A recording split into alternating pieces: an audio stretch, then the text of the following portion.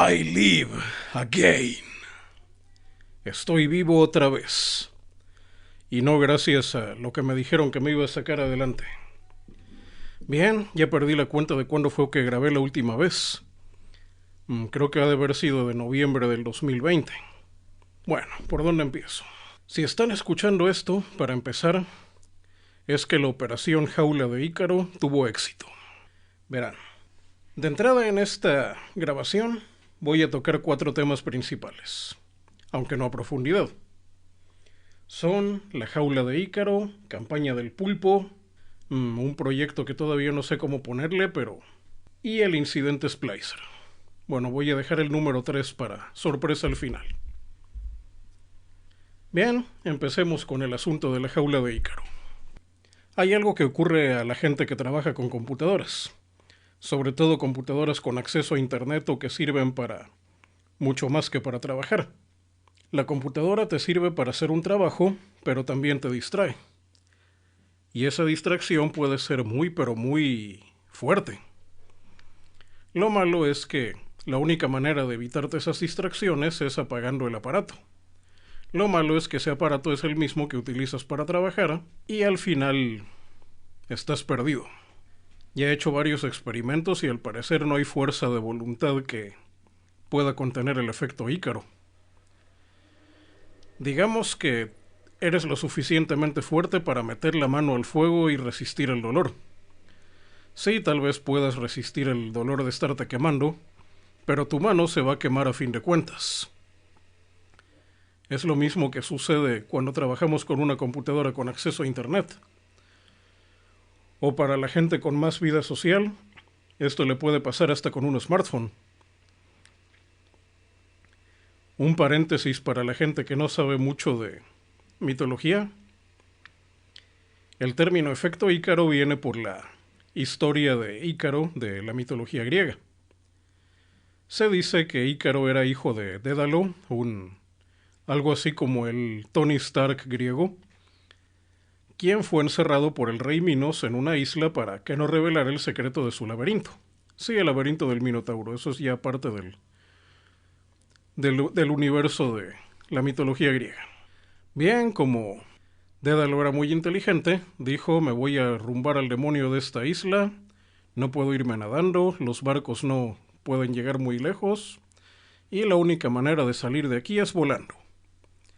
¿Qué hizo? Con lo que encontró, construyó una especie de planeador primitivo, y cuando llegó la fecha de salir, cuando el viento estaba como él quería, le dijo a su hijo que algo así como: súbete al planeador, Ícaro. Ícaro, quien estaba sentado en su silla cabizbajo, o en alguna piedra de la isla tal vez, aceptó regañadientes y se subió al planeador. Ambos se lanzaron desde lo alto, y cuando parecía que estaban por llegar a tierra firme, a Ícaro le pareció muy divertido el vuelo y quiso seguir volando. Quiso volar, voló cada vez más y más alto, hasta que se voló demasiado cerca del sol, o bueno, cuando el sol pegaba mucho más fuerte.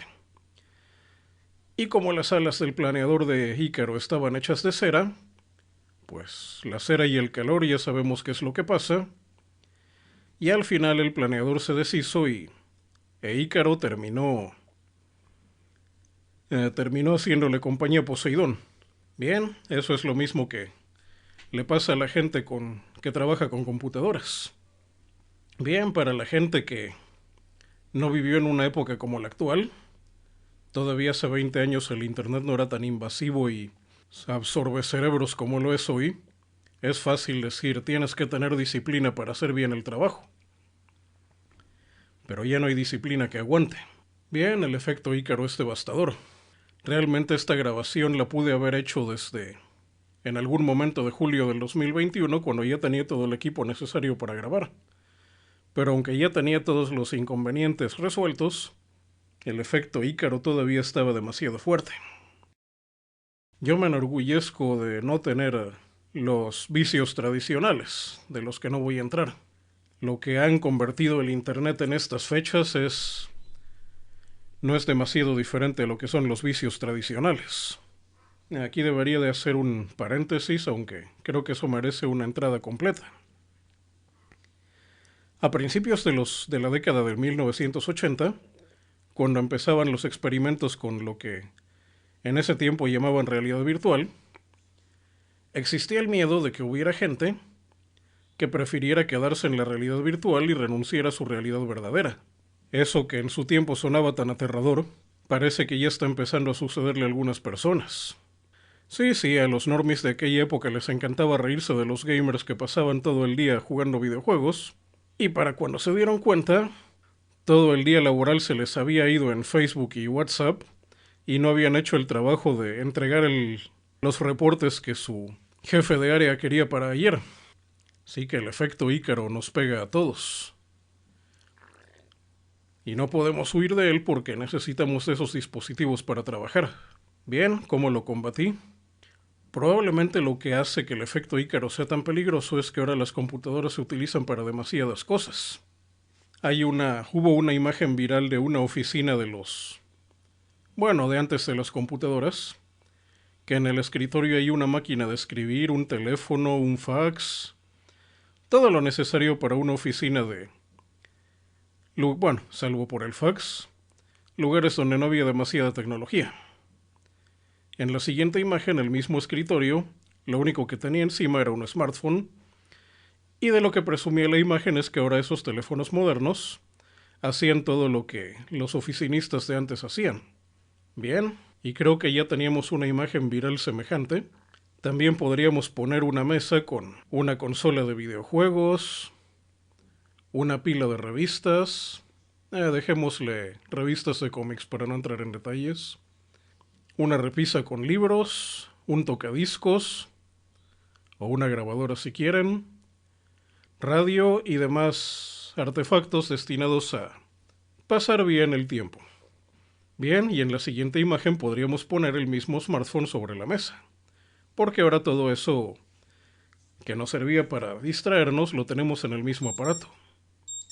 La alarma del paso del tiempo. Otro de las herramientas necesarias para combatir el efecto Ícaro. Bueno, estábamos en que en un mismo aparato tenemos todo lo necesario para trabajar y al mismo tiempo tenemos todo lo necesario para distraernos. Y ya hasta hay apps o como se llaman esta semana que le prometen al usuario, a cambio de ser interrumpido por comerciales cada 5 minutos, que aumentarán su productividad. Bueno, una manera de sacar dinero basados en el efecto Ícaro. Les recuerdo, este término de efecto Ícaro se me ocurrió a mí, pero creo que ya alguien había mencionado el mismo término, dándole otro significado. Así que no se sorprendan si ven el mismo término refiriéndose a otra cosa en algún lugar de internet. Probablemente en un lugar más serio que este. Bien, después de haber hecho muchos intentos, desde la fuerza bruta hasta todo tipo de planes absurdos dignos del coyote del correcaminos, al final di con la idea de la jaula de Ícaro. Verán, si tengo una computadora donde puedo trabajar y hacer distraerme, ¿qué tal si en lugar de a la computadora quitarle todo lo necesario para hacerme tonto, construyo una computadora especialmente dedicada para eso? Sí, esto ya tiene algunos años. Construí una computadora que dije, esta computadora la voy a diseñar, voy a comprar las piezas porque diseñar no sería la palabra, y la voy a armar y utilizar simplemente para hacer estupideces. Y bien, esa máquina no es en la que estoy grabando eso en este momento. Y ya después, cuando conseguí dinero por algunas cosas que no me enorgullecen demasiado, aunque los normies dirían que es lo más de adulto responsable que he hecho, me choca la palabrita. Bueno, el asunto es que después de muchas humillaciones conseguí otra computadora aparte. Y esa computadora es la que utilizo para todas las cosas importantes. No digo trabajar porque ya saben lo que significa trabajar en el universo de modo protegido. Bien, en esa computadora hago todo lo importante. Por ejemplo, grabar este podcast, programar, escribir entradas de la página de ensamblador que está cada vez más olvidada, y cualquier cosa importante que se me ocurra y que necesite no distraerme. Mientras que en una computadora tenemos todo lo que nos distrae, en otra tengo todo lo que necesito para funcionar, para programar. La computadora que sirve para estupideces es la jaula de Ícaro, porque se supone que Ícaro, que es quien... Bueno, para meter un poquito de alegoría, mitología y por si alguien quiere hacer algún webcómic, imaginemos a Ícaro como una especie de monstruo humanoide alado que baja desde el aire y nos arrastra como el águila se lleva a un roedor, para, en el menos peor de los casos, arrastrarlo por las alturas y dejarlo caer al vacío. Y en el peor, ni siquiera caer de una pieza. Un momento nos distraemos y para cuando nos demos cuenta ya se nos fue todo el día laboral. Bien, la jaula de Ícaro, digo, este tiempo lo voy a utilizar para desperdiciar. Y cuando necesito trabajar, simplemente apago esa computadora y me pongo a trabajar. Simplemente tenerla prendida cerca puede causar una distracción que nos costaría todo el día laboral. Gracias a que pude implementar como se debe la jaula de Ícaro, es que estoy grabando esto. Realmente eso es algo para reflexionar. En lugar de tratar de combatir algo que no podemos destruir, lo mejor es darle su lugar y en cuanto se acomode, echarle llave. Esto es un poco como el concepto de la mitología hebrea llamado la caja Dibuk, que quien conozca las películas de los cazafantasmas a lo mejor les suena de algo. En la mitología hebrea hay criaturas inmortales e indestructibles. Es inútil tratar de enfrentarse a estas porque no se pueden destruir por muy poderosos que seamos. ¿Qué hacemos entonces? Sellamos a estas criaturas indestructibles en una caja y esperamos a que ningún incauto curioso vaya y la abra. Ese concepto es el de la caja Dibuk. De hecho, hay un par de películas por ahí que tratan del tema. Básicamente, la jaula de Ícaro es una caja Dibuk para Ícaro. Con la diferencia de que podemos abrirla en cualquier momento y lo difícil es cerrarla. Pero el acto de cerrar la caja Dibuk solo requiere un nivel de disciplina humanamente alcanzable. Nada comparable con resistirse al efecto Ícaro. Pero bueno, pasemos al siguiente punto. El siguiente punto a tratar es la campaña del pulpo. Este concepto empezó a mediados de agosto. Bueno, como saben, el subtexto del subtítulo de modo protegido es el podcast del autoproclamado programador de videojuegos. Y debido al efecto Ícaro y demás amenazas, cada vez me resulta más difícil programar. Por no mencionar que de hecho esto es un cliché o chiste recurrente de mucha gente que se dedica a hacer juegos, es que constantemente tenemos ideas nuevas que vamos abandonando. Y este que les habla no es la excepción. De hecho, hasta tengo algo para llevar una cuenta de esas ideas, llevar un control de esas ideas abandonadas. Se trata del cementerio de los sueños. Ya hablaré del cementerio de los sueños en otro lugar. Pero la idea es que ahí están proyectos que quedaron congelados y que tarde o temprano pueden ser retomados. O por lo menos saber por qué se abandonaron y no quedar simplemente en el olvido. Buscando cómo hacer para programar más y paseándome por el cementerio de los sueños, vi que había un grupo de proyectos abandonados que podrían beneficiarse de un mismo código. En realidad eran 6, pero como prefiero las potencias de 2, lo dejé a 8, dejando 2 espacios vacantes para lo que vaya a pasar adelante. Bien, la campaña del pulpo se llama así porque un mismo código va a hacer que 8 proyectos abandonados o 8 proyectos que parece que no tienen nada que ver entre sí, inclusive algunos parece que ni siquiera tienen que ver con la programación, se van a beneficiar. La base de código principal va a ser la cabeza del pulpo y cada uno de esos proyectos abandonados que espero resucitar van a ser cada uno de sus tentáculos. Y uno de esos tentáculos, inesperadamente, es precisamente este intento de podcast. Mencionaría otros, pero realmente la gente que me sigue por el podcast no sabe lo que ocurrió en historias antiguas. Y la gente que sabe de historia antigua no creo que tenga fe en que esas cosas vuelvan a funcionar. Pero la principal es esta. También sería bueno mencionar un poco la profecía del 13 de agosto, pero que TLDR es el equivalente de la gran calabaza de Snoopy, pero ambientado al universo de modo protegido. Bien, de hecho en la cuenta antigua de Twitter, que es @ASM86Mario, cuenta que sospecho que está shadowbaneada o en un baneo en cadena por algo llamado GG, doble G, relacionado con Progress y videojuegos, y que lo abrevio porque sospecho que en muchas plataformas está penado hablar de eso. Sospecho que por eso lleva años la cuenta con poco más de 600 followers. Bueno, eso y que ya no le he movido desde que tengo la cuenta de modo protegido.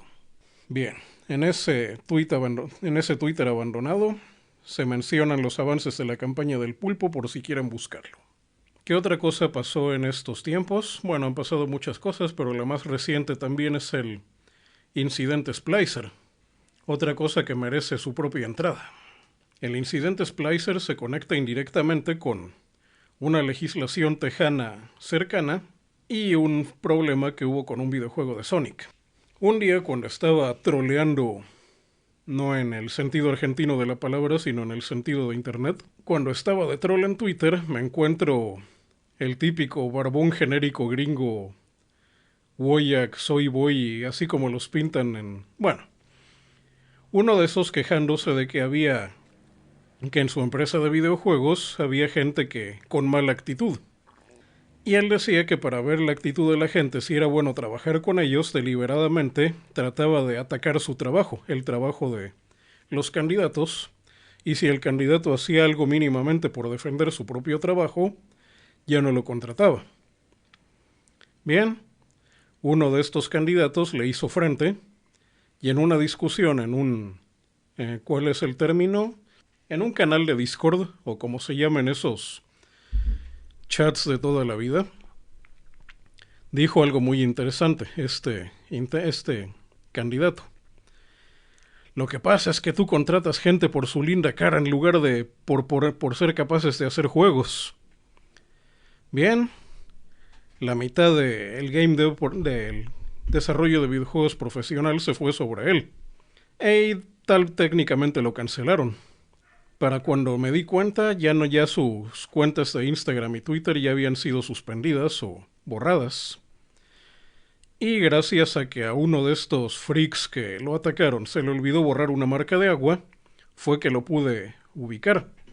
Al parecer se trata de un artista cuyo seudónimo es Splicer, Splicer. No me gusta decir que un artista es bueno o malo porque el arte es subjetivo.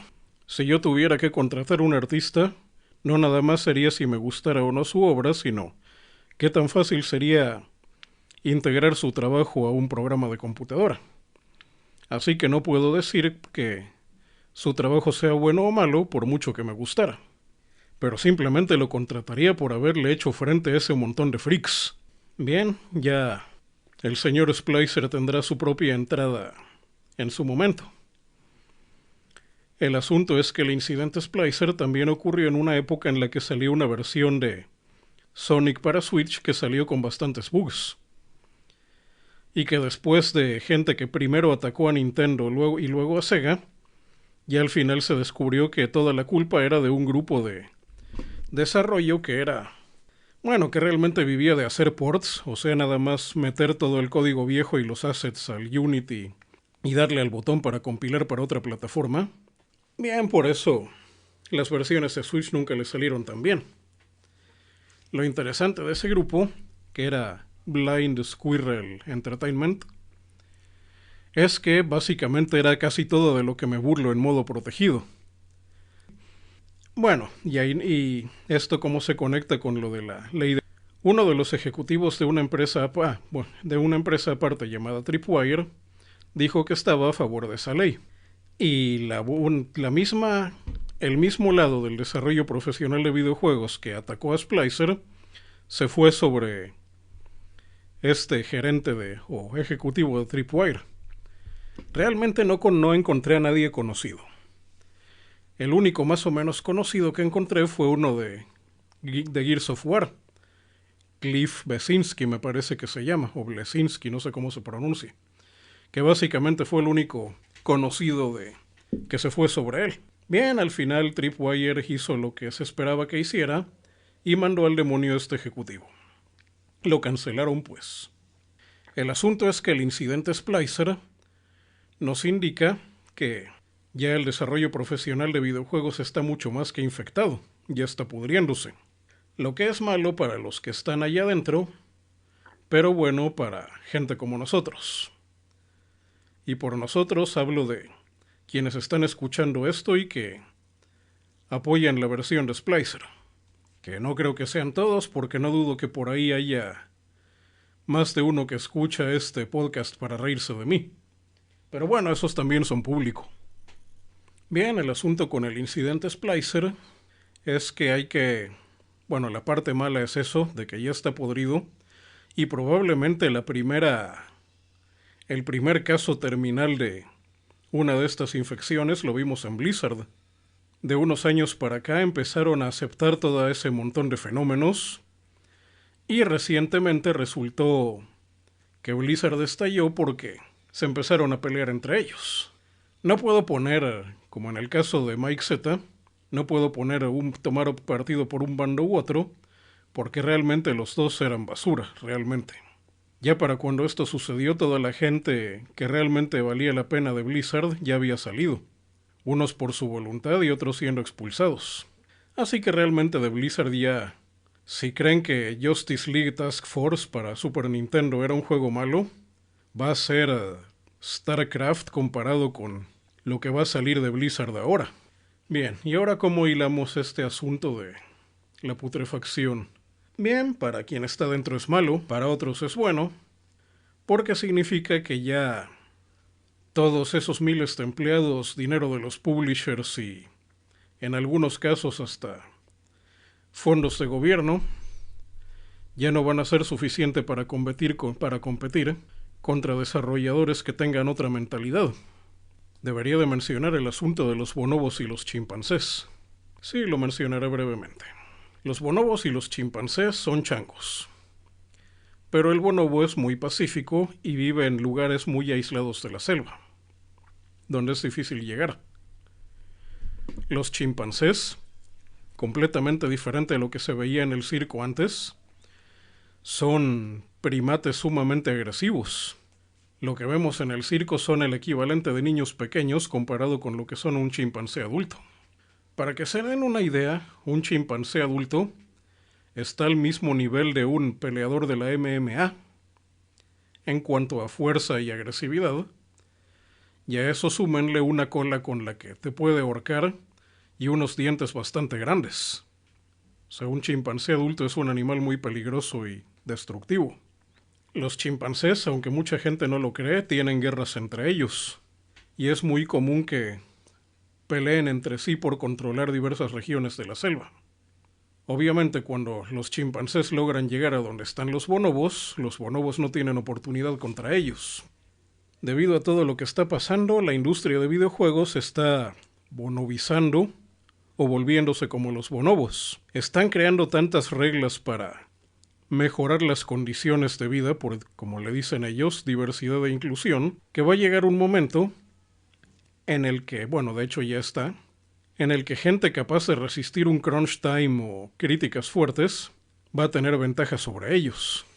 De hecho, una nota al margen, también vi en esta época que a partir de Metroid Prime, no me acuerdo cuál de los dos, de todos, Nintendo dijo que ya no iba a permitir el crunch time en Retro Studios. Y luego la gente que contemplaba la noticia dijo eso explica mucho la bajada de calidad de los juegos de retro. Pero lo más divertido fue un comentario donde decían: ¿qué es el crunch time? Ya ven, siempre hay alguien nuevo que se agrega a la plática. Le contestan: pues crunch time es decirle a tus empleados que tienen que entregar un trabajo antes de la fecha límite. Y alguien más aclara y dice: ¿qué es eso? ¿Qué no es eso lo que pasa en todos los trabajos? Bien, otra nota al margen. Eso explica por qué la mayor parte de los videojuegos open source no tienen comparación con los juegos comerciales. Porque no hay crunch time. Como en el open source el trabajo es voluntario, no se puede obligar a los desarrolladores a hacerlo. Y como bien nos enseñó Stephen King, la inspiración, bueno, creo que ya se lo estaban adjudicando a otro motivador más moderno, pero lo que decía Stephen King es que un escritor no debe de esperar a que le llegue la inspiración. Simplemente se debe de sentar a escribir. Y mucho del trabajo voluntario es así. Lo hacen en sus ratos libres, porque de algo se tienen que ganar la vida. Y cuando no están ganándose la vida honradamente, no siempre están de humor para hacer las cosas. Y no hay suficientes desarrolladores locos para llevar esto a cabo. Unos cuantos locos no se comparan con el trabajo forzado de miles de empleados.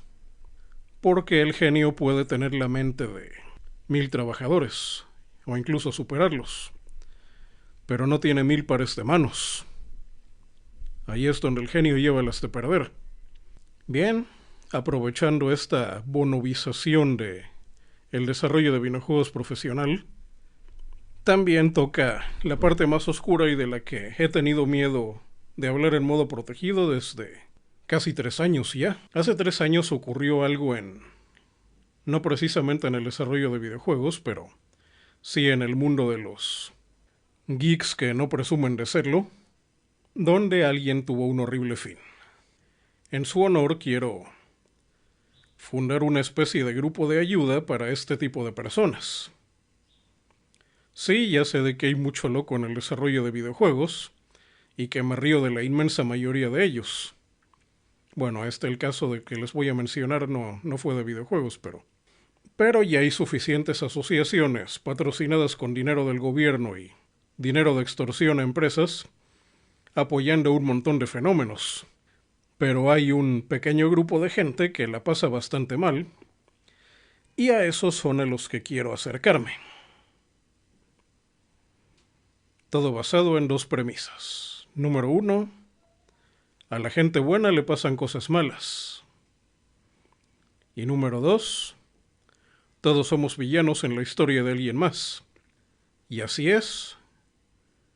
Bajo estas 2 premisas es que se funda el Club Coneco, con todas las Ks para evitar problemas al escribir.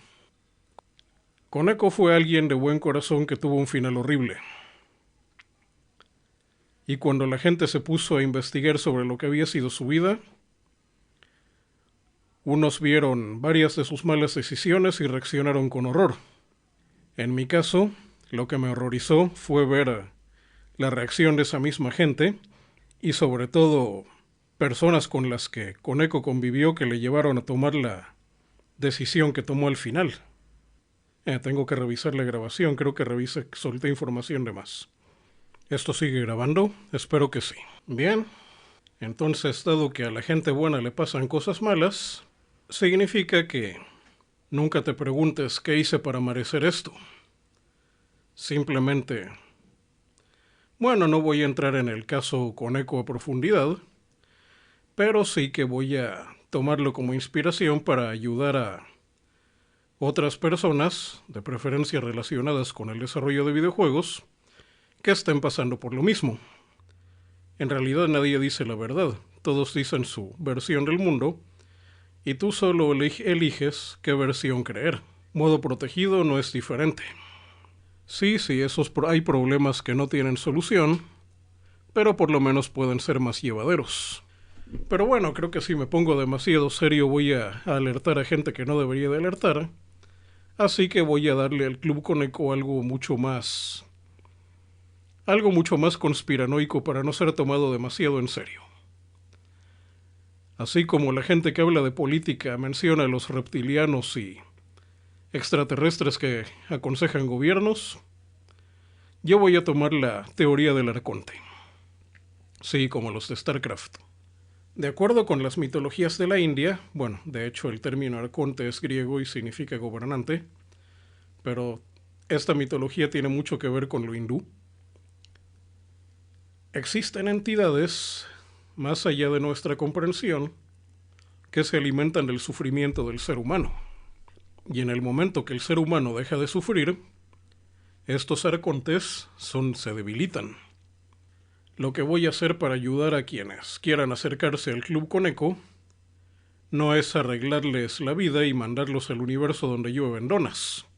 Lo que voy a hacer más que nada es darles la bienvenida al infierno y aconsejarles cómo hacer para no quemarse demasiado con el fuego. O en algunas ocasiones, cómo poder jugarle bromas a los diablos. Bien, esto tarde o temprano lo tengo que editar y lo voy a hacer, así que consideren esta grabación como el regreso de modo protegido, si es que la jaula de Ícaro no me falla. Básicamente la jaula de Ícaro consiste en meter a Ícaro en una jaula para pájaros para que no nos fastidie, jaula de la que tarde o temprano va a salir, pero por lo menos tenemos unas pocas horas para poder hacer lo que debemos hacer. Así que esta basura. Fin por ahora.